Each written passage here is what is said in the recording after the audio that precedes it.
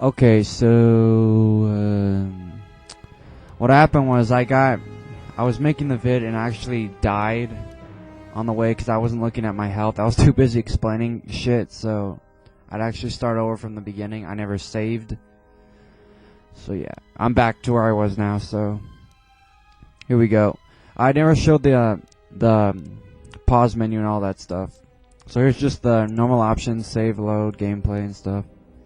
Here's the map that you'll see wherever you are. As you can tell, we still got a lot more to explore. I'm the green arrow right there. Here's the journal thing that it always says, journal entry added or whatever. If you don't know what to do, don't know where to go, or you're stuck on something, always look through the journal entries. They might give you a tip or something that'll help you out. And they'll show you bonus missions also, like this one's called Recent History. And yeah, you'll get teammates, partners, whatever you want to call them, a party. You'll get 2 of them to bring out with you to walk around. You can switch between them as you go. You already saw this, right? Yeah. This is the stats I worked on in the beginning. Like I said, I'm going to focus a lot on awareness, persuade, maybe treat injury. Maybe a little computer use too. And again, stats are on the right side. And then this is my character, and you know what the light thing is. The higher the little cursor thing goes, the more good you are. The lower it goes toward the dark, the more evil you are. And at the bottom right, it'll say what class you are, what level you are. I'm Jedi Consular 1, and I need 1,000 experience to level up, and right now I have 210. And here are the inventory of all the items you got. Alright, here's where you do a bunch of crap. I got so confused when I saw this the first time, but yeah. Here's where you can put on implants, put some kind of visor over your head.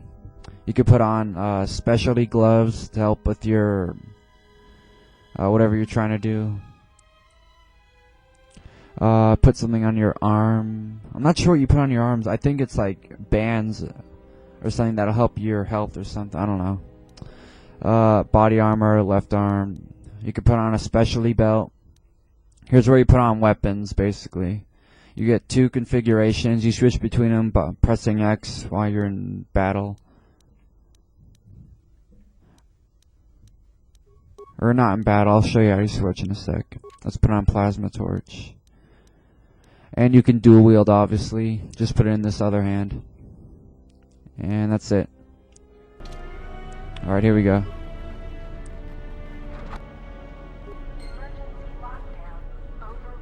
Yeah, if your cursor's pointing to something, obviously check it. You're gonna find some kind of weapon.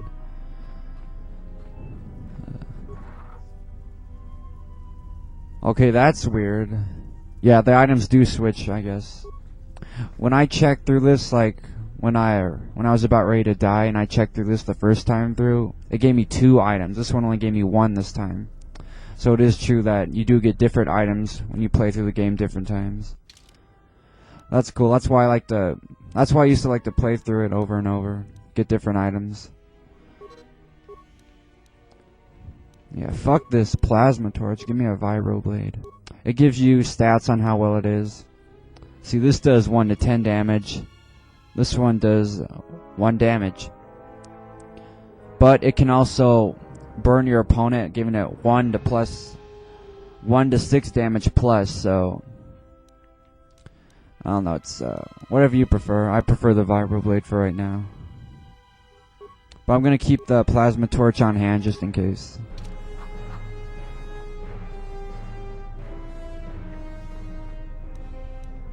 Here's how you switch weapons. I'm switching the little thing at the bottom here with the control pad.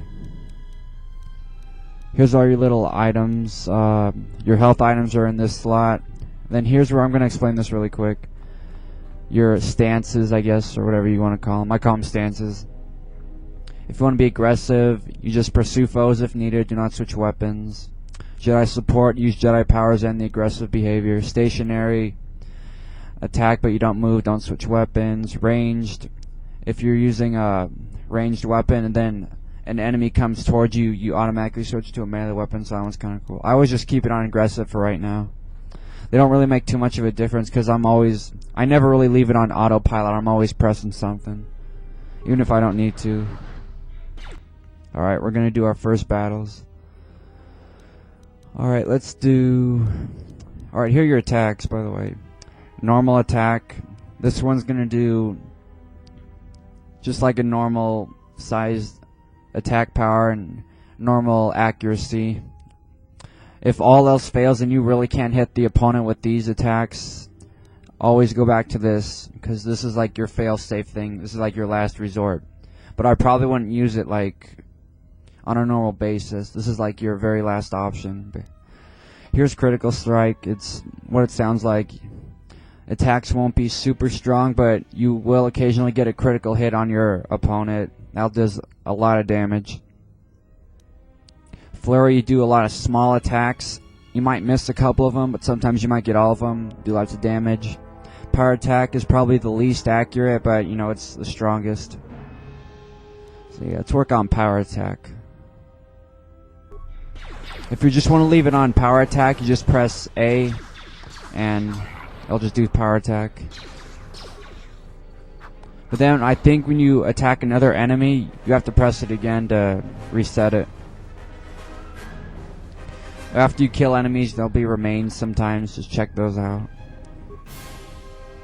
Alright, here's where I died. I didn't notice my health thingy right there. Your character actually auto heals. As you can see, it's healing right now. So instead of wasting a med pack, I'm just gonna chill for a sec.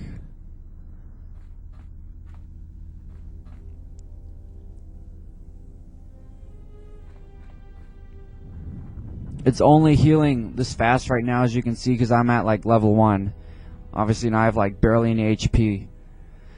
Obviously, when you level up, it's gonna be like a lot longer for you to auto heal.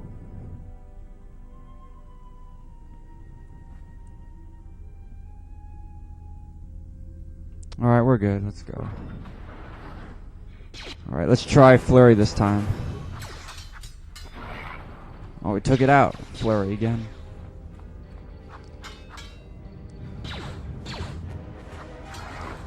Alright, that's it.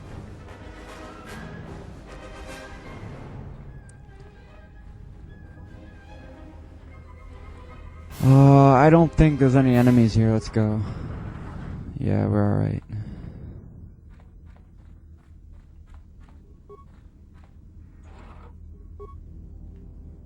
And that's the cool thing about this game. In the first one, I didn't tell you if there was anything in there or not.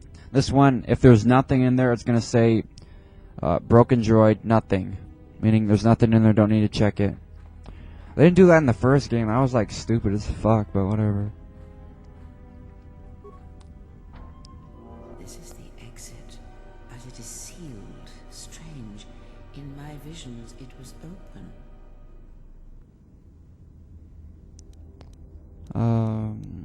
Really doesn't matter.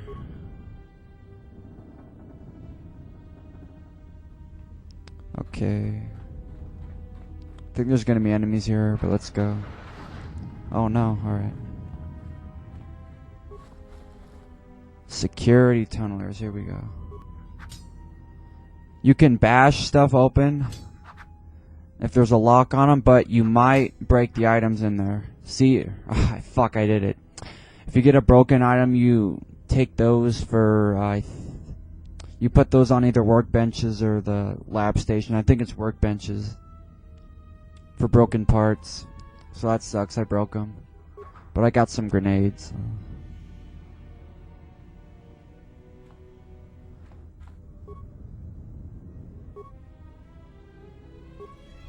Is this thing on?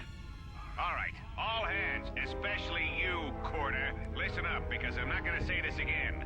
The next one of you Juma heads to try and smuggle a blaster, or so help me, any sort of military-grade frag weapons into my facility is gonna take a long walk out the airlock.